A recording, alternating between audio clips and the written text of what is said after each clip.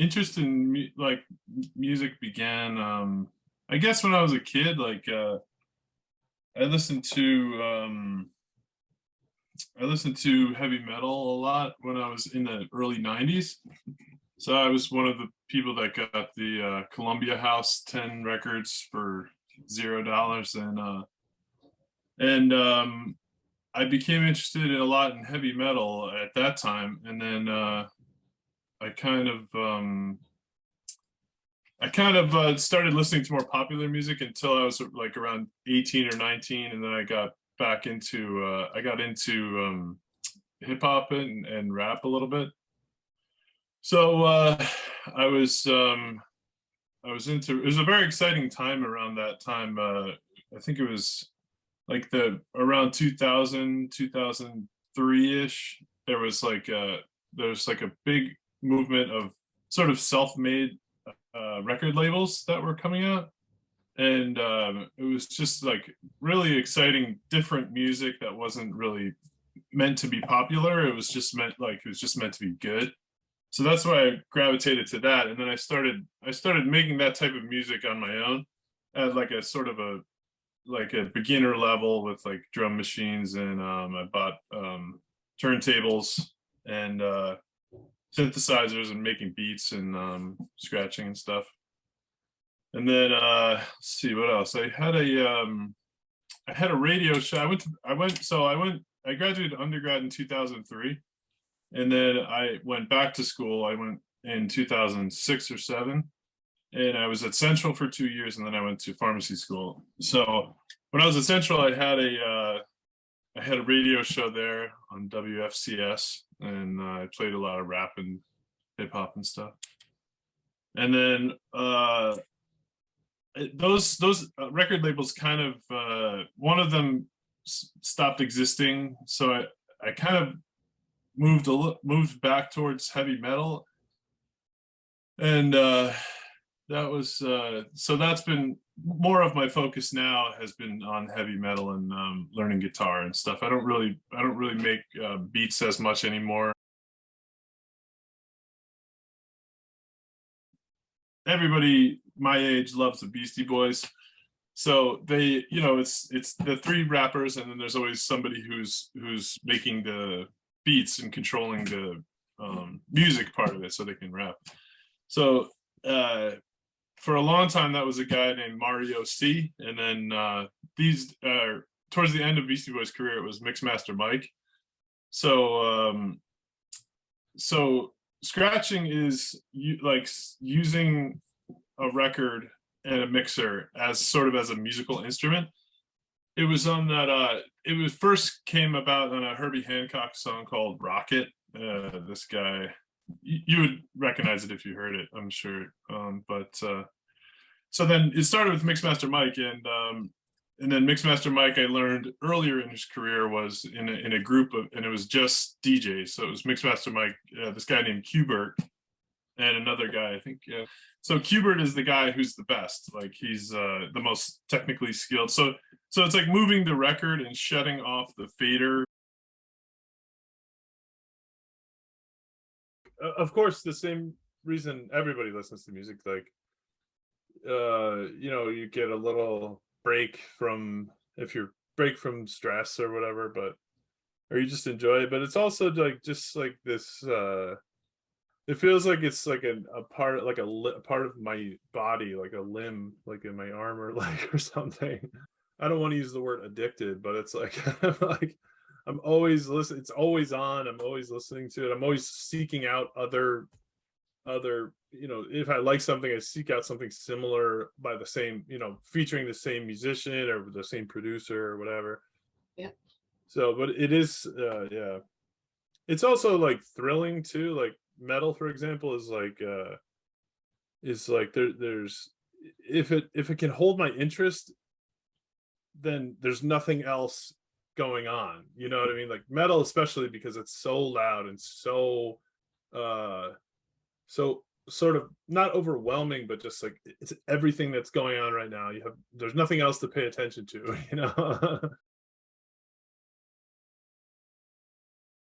the documentary that's in the catalog called Metal: A Headbanger's Journey.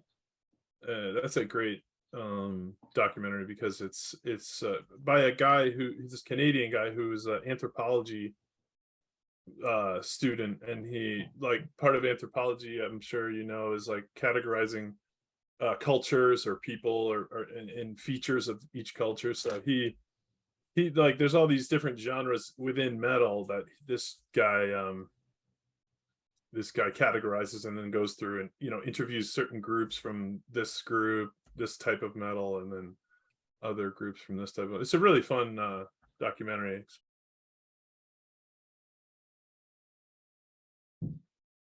I think I would say, like, I would suggest that to anyone that they start playing an instrument, playing piano, playing drums, playing guitar, any of those things. I started playing guitar as a hobby like 4 years ago. And it's so hard, especially for me.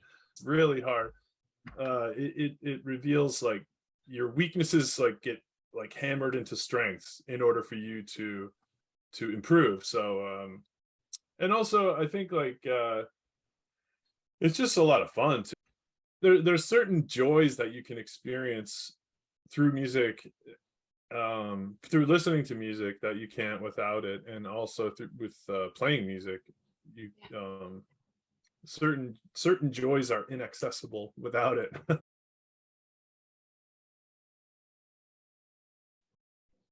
I've been listening to this guitar player. His name's Jason Becker. He is so he was like a prodigy as a young man, and I think he was like 19 or 20, and this would be in, I think, the late 80s, early 90s, and he was just far and away like the best, sort of like, it was called neoclassical. Yngwie Malmsteen is in that genre, I think. And this guy, he played with the guy, Jason Becker played with the guy Marty Friedman. And so these guys are very they play very clean and very technical, like, and incredibly fast. So as a young man, Jason Becker he has ALS now.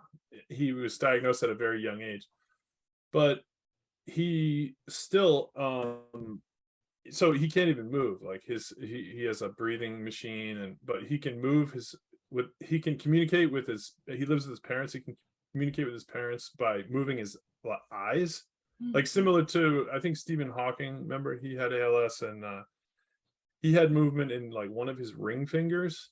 So he had like a scrolling cursor, which he would stop with his ring finger to type and to type and write.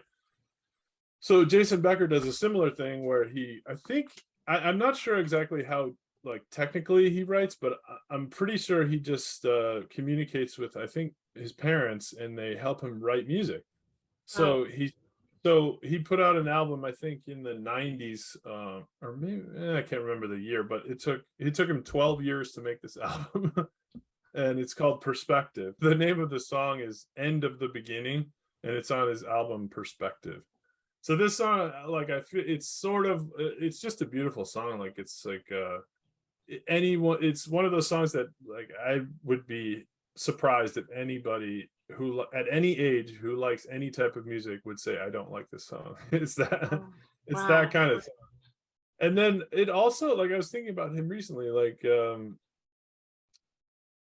that's sad, of course, and it made his life 100 times more difficult, but, like, he's still doing what he loves to do, which is, like, write music and play guitar. Like, other people play what he writes, and I think I wish there was some kind of, like, window into how he creates, because it's so inspiring, because, like, his life is not defined, it's not written as a tragedy. It's like, yeah, I have ALS, but I'm still making albums. They might. I think, like, so I was talking about my Columbia House experience.